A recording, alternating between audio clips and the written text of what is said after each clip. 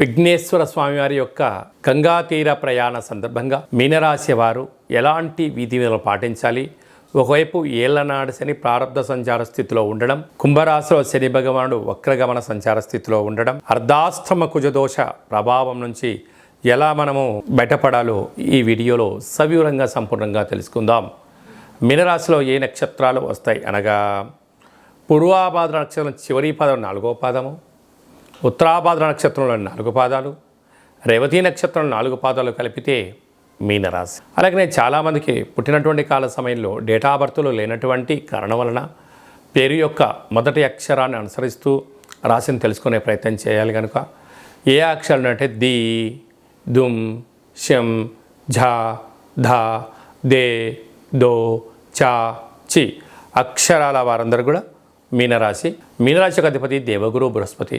వీరికి ఇలాంటి దోషం ఉన్నప్పుడు విఘ్నేశ్వర స్వామి వారి యొక్కకి పసుపు రంగు వస్త్రాన్ని సమర్పింపజేయడం, అలాగే శనగపప్పుతో కూడుకున్నటువంటి ప్రమిదని రెడీగా చేసుకోవడం, దాంట్లో 16 ఒత్తులు వేయడం, అలాగనే అందులో కొబ్బరి నూనెను కానీ, ఆవు నూనె కానీ, ఆముదాన్ని కానీ, వేరుశెనగ నూనె కానీ పోసి భగవంతుడికి విఘ్నేశ్వరునికి మంగళ నీరాజనాన్ని భక్తి శ్రద్ధల చేత సమర్పించజేయడము, శనగపప్పుతో కూడుకున్న పదార్థాన్ని నైవేద్యంగా పెట్టడము, లేదా శనగలను ఉడకబెట్టి స్వామివారికి నైవేద్యంగా పెట్టడము, భక్తులకు భక్తి శ్రద్ధల చేత ప్రసాదాన్ని పంచగలిగినట్లయితే అద్భుతమైనటువంటి యోగం మీనరాశి వారి సొంతం అవడానికి చాలా అవకాశాలు ఉన్నాయి. గురు యోగ్యత కలుగుతుంది, శని దృష్టి తగ్గుతుంది, మనోధైర్యం చేత మీరు అనుకున్న అన్ని పనులలో మీనరాశి వారి సొంతం అవుతాయని చెప్పి గమనించాలి. అలాగే రాశిలోనే రాహు సంచారం చేయడం వలన చిన్న చిన్న విషయాలకు మీరు అపోహకు వెళ్ళొద్దు, ఈగోకు వెళ్ళొద్దు, పగలకు ప్రతీకారకు దూరంగా ఉండండి.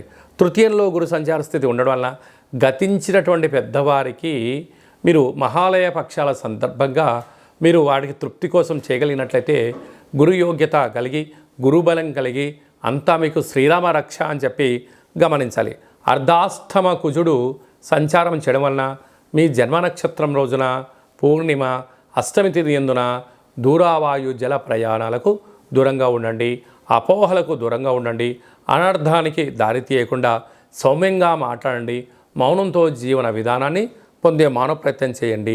సప్తమంలో 3 గ్రహాల సంచార స్థితి ఉండడం వలన ప్రేమికుల మధ్య, భార్యాభర్తల మధ్య, పార్ట్నర్షిప్ వ్యవహారాల మధ్య స్వల్పమైనటువంటి అభిప్రాయ భేదాలు వచ్చే అవకాశాలు ఉన్నాయి. వీటిని చిరునవ్వుతో స్వీకరించండి, మౌనంగా ఉండండి.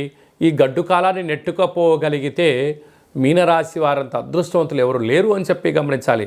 లేదు పగలకు వెళ్తాను, ప్రతీకాలకు వెళ్తాను, పంతాలకు వెళ్తాను అంటే ఉండేది పోయి, ఉంచుకునేది పోయి, అనేక రకాల వ్యాధులు మిమ్మల్ని కబలింపజేసే పరిస్థితి ఉంటుంది. సీజనల్గా వచ్చే వ్యాధులు, దీర్ఘకాలికమైన వ్యాధులు, మనోధైర్యం లేకపోవడము, అలాంటి అవిశ్రాంతి కారణం చేత, చికాకు కోపం చేత తన కోపమే తన శత్రువు, తన శాంతమే తనకు రక్ష, దయ చుట్టంబు గదరా సుమతి అని చెప్పి సుమతి శతకంలో ఎలా చెప్పారో అలాగే మీనరాశి వారు వీటిని అవలంబించగలిగినట్లయితే మంచి కాలము మీనరాశి వారి సొంతము. సాఫ్ట్వేర్లు, హార్డ్వేర్లు, సినిమా నటులు, జర్నలిస్టులు, యూట్యూబ్, వాట్సాప్, ఫేస్బుక్, క్రియేటివిటీ రంగాల్లో ఉండబడిన వారు, సినిమా రంగాల వారు, వ్యవసాయ సోదరిమణులు, హోటల్ వ్యాపారస్తులకు చాలా మంచి కాలం ఉందని చెప్పి గమనించాలి.